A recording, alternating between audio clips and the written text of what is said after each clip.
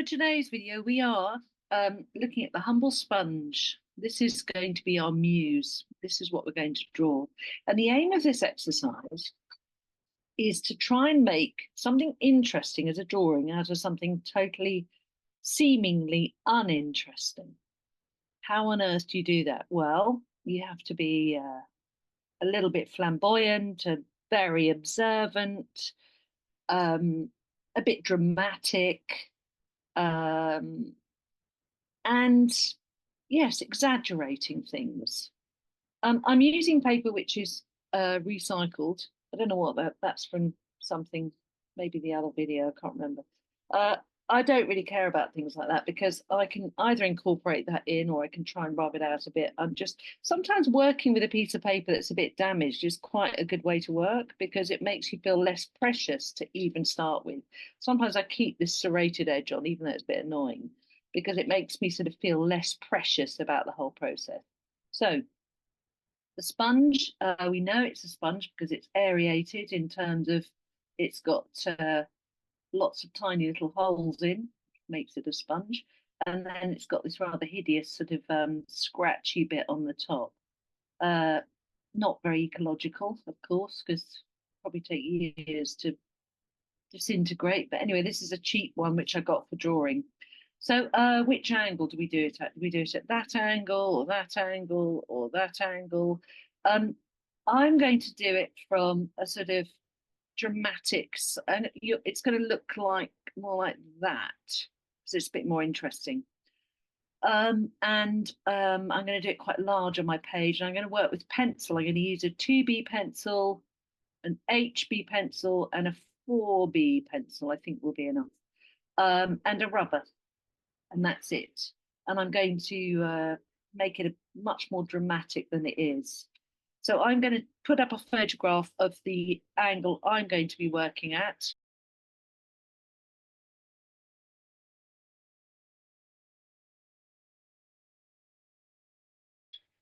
Or you could just use your own sponge. And then you can either use my picture as a reference or you can just use your own sponge in your own reference as your own reference. Okay, let's get started. So what I'm going to do is I'm going to create a background first, which seems a little bit odd, but I'm going to do a spontaneous, crazy, totally random background. La la la la. You can even sing while you're doing it. It's fine. I mean, to be honest, I tend to have music on when I'm doing things, but not for these videos, of course. But my music of choice for this would probably be something quite upbeat. And music does help. Okay, so why am I doing this? Well, partly to deprecious eyes, there's no such word, but to make this even less precious. We've already done it by having that mark on the paper, but also just to get us into the swing of it and create a background which becomes a tough act to follow for your drawing. That's why I'm doing it. Okay, now what we're going to do is we're going to draw the sponge on top of this, the outline of it, on top of this. So I'm using a 2B pencil for the background, and now I'm going to use a 2B pencil for the drawing.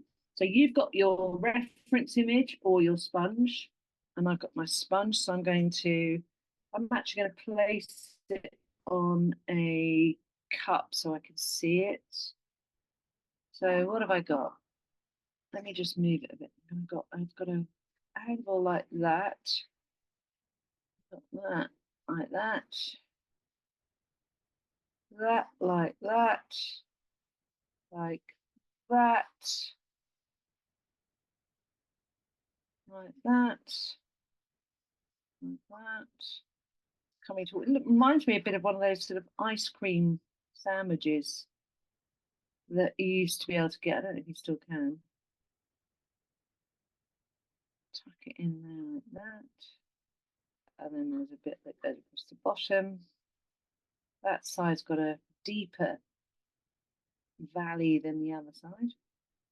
Like that, that. Something like that.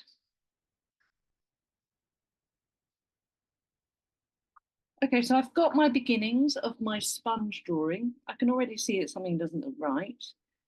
And I think it is the fact this bottom bit is not right. I can see that straight away. Take that out, work out what's wrong. So I think what it is that comes down further like that. That has got to be the same level. That comes down. And it does actually have a slight bend in it for some reason, so that's okay. It's a bit better. It slightly splays out here. Maybe not quite as much as that. It is actually how it is. Sometimes things are not what you think they're going to be, but you have to draw them as they are and not what you think they are. So that is actually correct. That isn't though. So I need to move this line. Got to be quite brave with drawing. It's got to come in like that. Okay. Right. Okay, so we also have a little lid of that horrible spongy texture on top.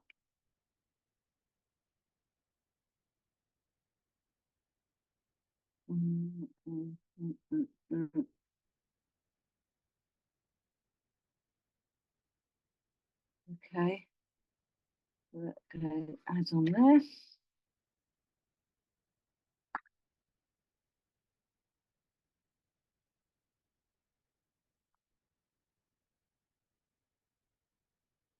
Right, that's the beginning.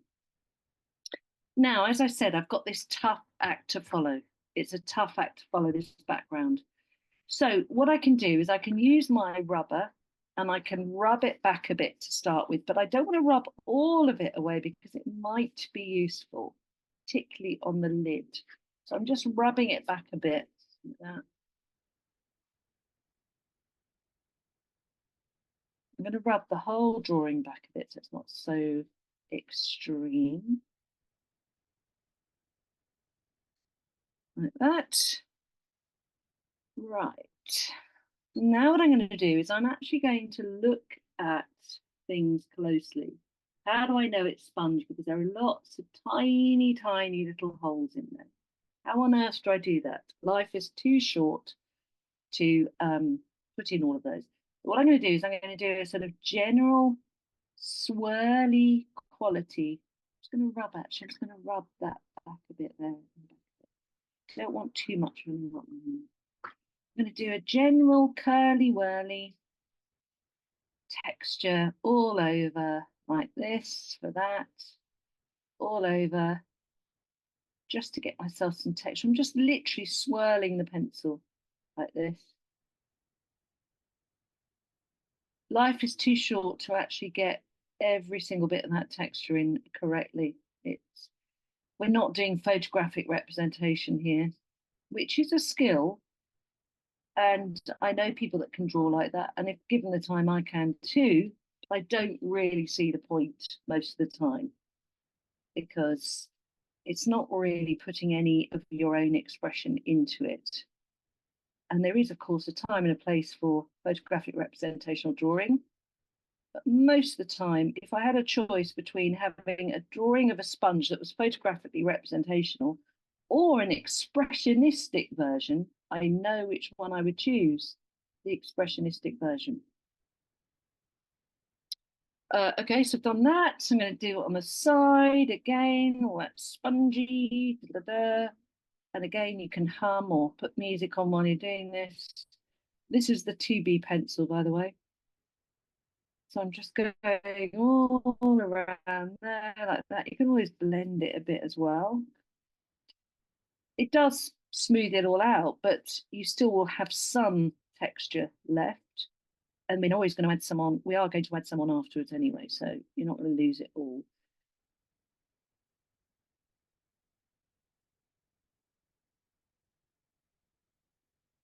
So we've got a rather dynamic background still.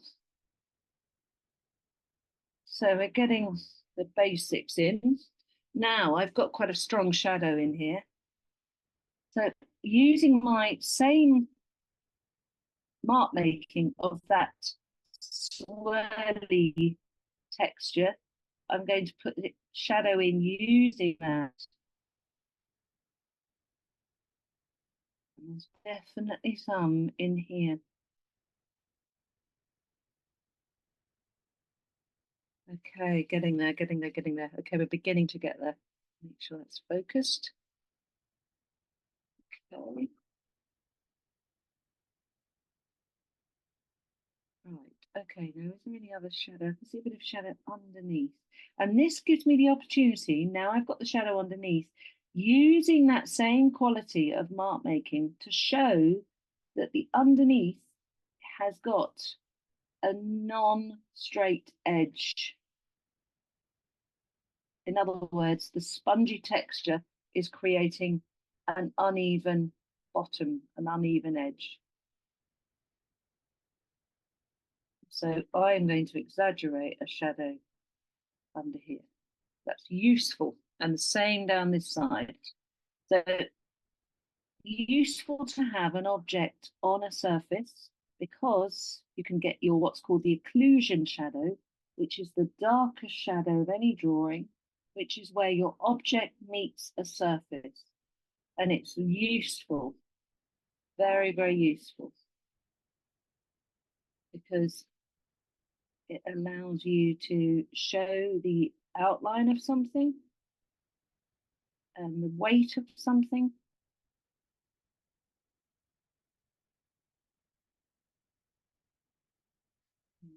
Okay, so it's getting there, getting there, getting there. Okay, right.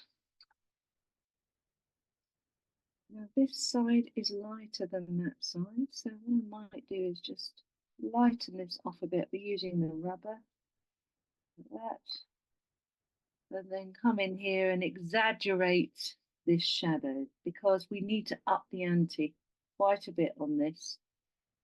And there seems to actually be some sort of shadow here, and I'm not quite sure what's casting that, but I end up here, getting a little bit easier. And there is a bit of a bend in here.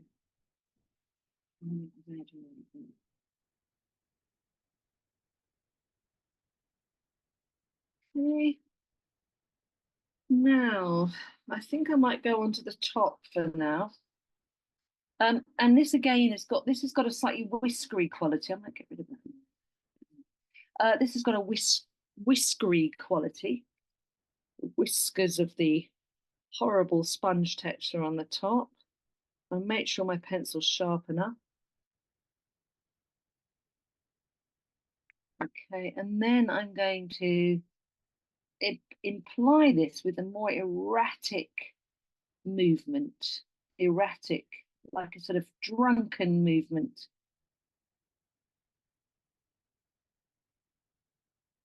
Now on this one, there's more shadow over this side, so I'm going to go a bit darker. And then over this side, it's lighter. Now you can see how that background texture that we had that came through the drawing is quite useful, sort of in there. And again, at the edges, what's going on? Now this side, it's very light here. I'm going to use my rubber to rub out the light side, actually. Just gently over here, because it seems to be.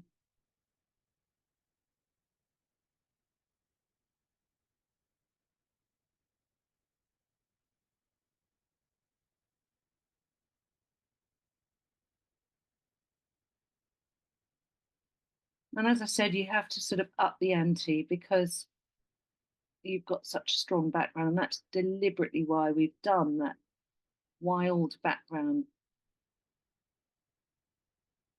It makes, a difference if you actually observe your subject quite closely before you start drawing, even with a life drawing. you should observe the model. And it feels a bit weird walking around the model before you start drawing, but it is very important to do. And most people don't do it because they haven't got time or they feel a bit embarrassed, or there's quite a lot of shadow in there. So again, I can smooth it over. And then I can go back in and add in some of these sort of dents that I can see. Some sort of shadowy bits that are showing me that it's quite deep on the top. The texture's sort of quite thick. We can see how thick it is, but on the top we want to indicate that. So I'm using the side of my pencil, 2B pencil, just trying to get some of that depth in there, and not too uniform. You want it to be sort of dispersed quite well.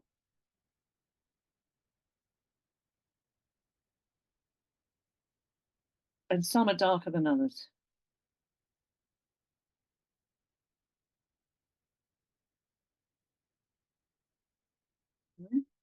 Slowly, slowly, slowly.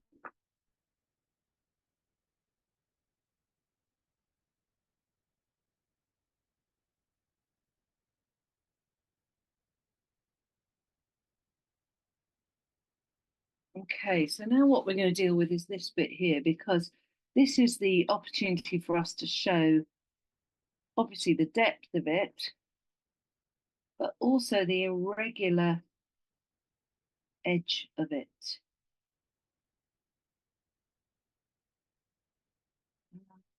Like it, where it meets the yellow, it sort of has the two textures meeting each other, obviously, but it's quite, just using the side of my pencil, you can see that, to show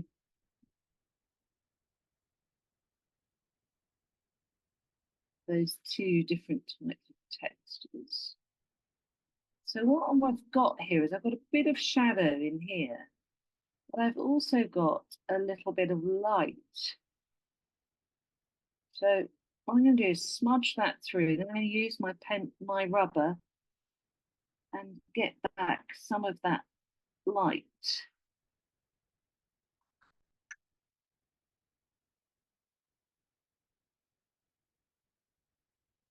Also some, a bit like layers of lasagna or something here. It's getting a bit better. Okay, so right, so it's too dark on the top. They want to make that a bit lighter. This is your chance to add some more texture in. So the rubber lifting off the light can give you a chance to put more texture in. So I'm doing it quite erratically. And that gives me a chance to add the texture of the sponge as well as lifting off the light.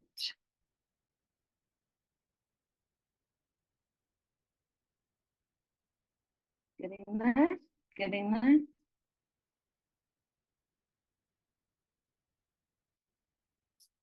Yeah, it's getting a bit better.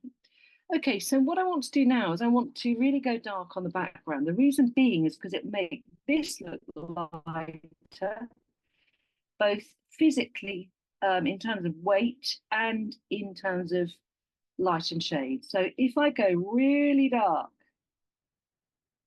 over this, I can reinstate the shadow later. I'm going to go really dark. Now, because we've got this haphazard quality in the background, it's still coming through.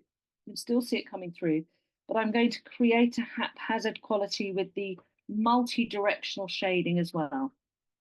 So I'm not going to do the shading all in one direction, because it sometimes kills a drawing. So I'm doing it that way. Move your paper around that way.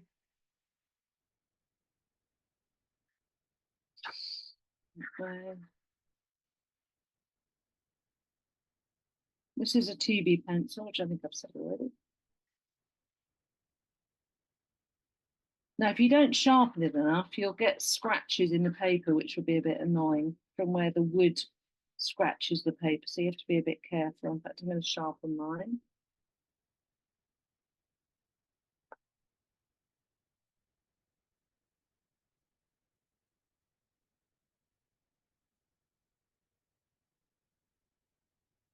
multi-directional.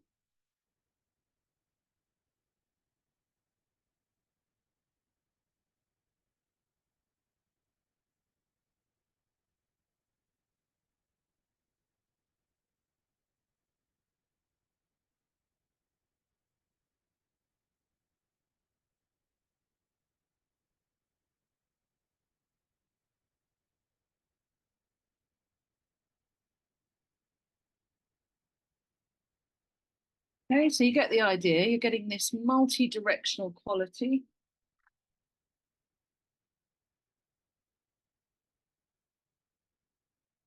It still means that this has got, got to follow the act of the background. I can now see if that red can come off a bit. I'm not that bothered about it. But...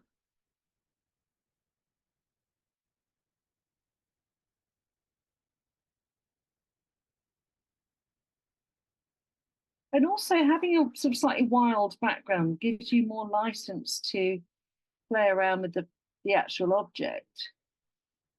It's the same with watercolor as well, and any painting.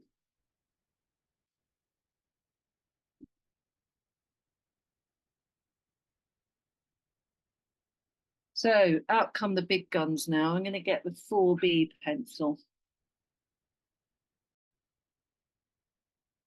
Okay, I've got the big boy now. I've got the strong, the 4B. So now I can go in and I can exaggerate using that same curly, swirly mark making. I can go in and exaggerate shadows here. Start to bring these out a bit.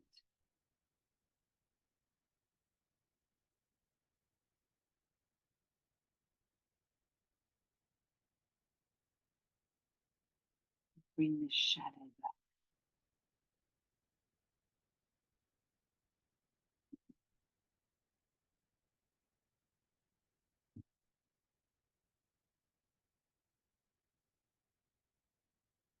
And reinstate that sort of curly edge to it.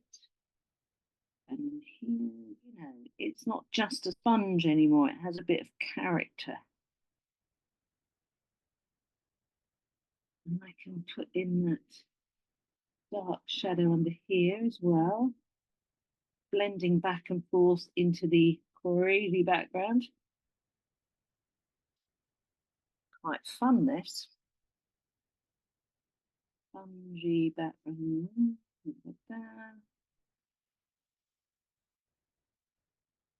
Okay, so we still need to deal with the top because I'm not quite happy with that, but I'm just going to rub off a bit more of that. So I'm going to use that sort of slightly wild, whiskery texture again,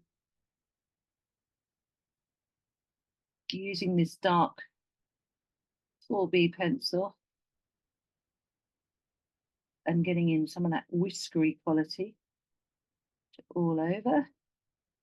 And then along here, got that whiskery quality along there. I can turn this round, it makes it a bit easier.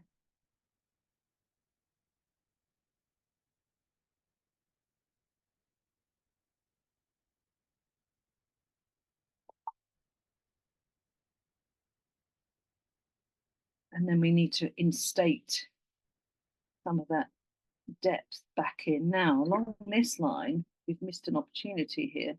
I'm going to rub that out, blend it back, and then I'm going to do that whiskery quality around the edge here. And then use the shadow behind it to emphasize that.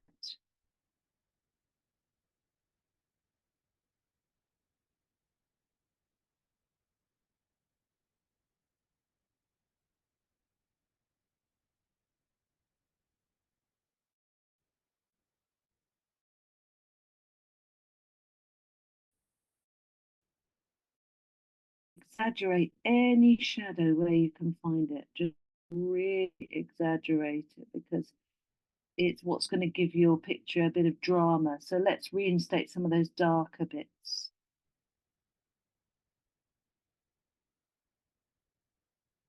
Remember, with values which go from dark to light in a grid in terms of the measurement of it. So if you want to have a value scale, we've talked about this many times, but 9, 8, 7, 6, 5, 4, 3, 2, 1. So the darkest will be this end, the lightest this end, and you go through a gradation really, or from dark to light. So if you can try and include 9 different grades of dark and light, they're called values. So you need 9 values ideally in each drawing. So in here, we've probably got 1, 2, 3, 4, 5, 6, 7, I think. So you need to have as much variety in a drawing to give it the depth.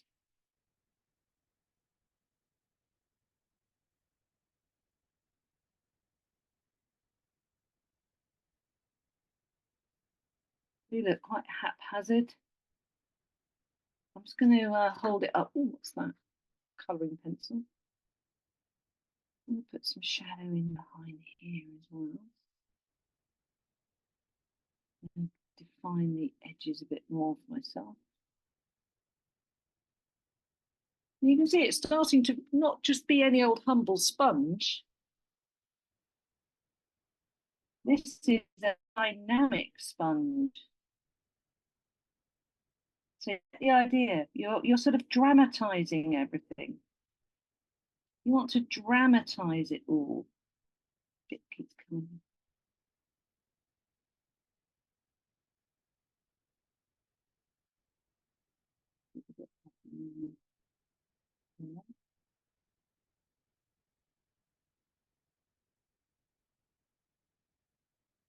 And then we're going to go in with an HB pencil and get some sharper bits, some sharper texture. Okay, so I've sort of that's going well so far. Now I'm going to get my trusted HB pencil, and of course they're a bit sharper than the other ones we've been using. So do this all over. Gives me the texture of the sponge.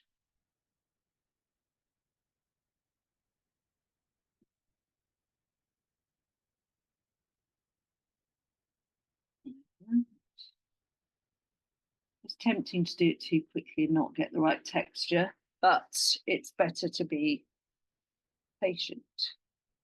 Nice, and then I might do the same on this side.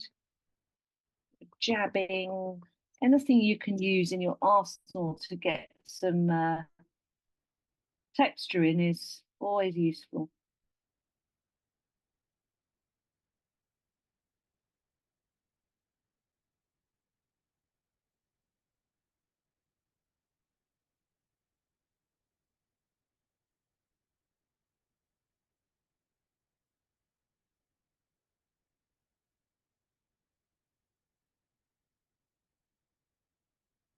And we can go back in here and pick out some sort of whiskery bits and at the edges as well. So if you've got a very small rubber, you can pick out some of these bits at the edges and turn them into whiskers. And that helps the brain go, oh, it's whiskery, because I can see some at the edges. So you're sort of using every trick in the book, really.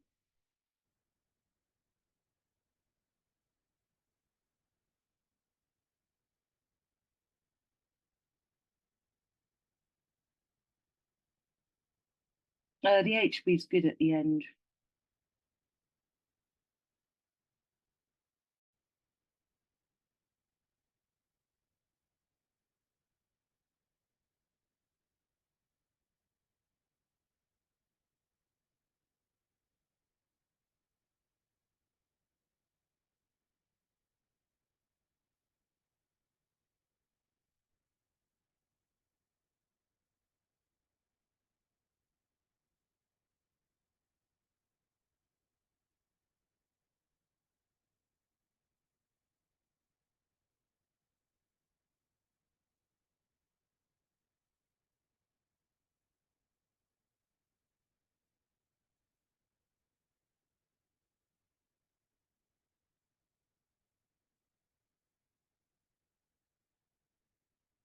Oh, it's starting to get there. That's quite nice, actually. I feel like it's got drama. It feels, dramatic and sort of interesting. And that's how I would approach drawing something as mundane as a sponge. You can keep adding in more drama into the background. You can keep adding in more detail. You can get a rubber on the end of a pencil and sharpen it into a point and get some more light in. But generally, anything you draw, anything you draw can be made interesting. Anything could be an old tennis ball, a toilet roll, a crumpled up bit of paper, whatever it is, you can make it interesting. And I hope that I've proved the point.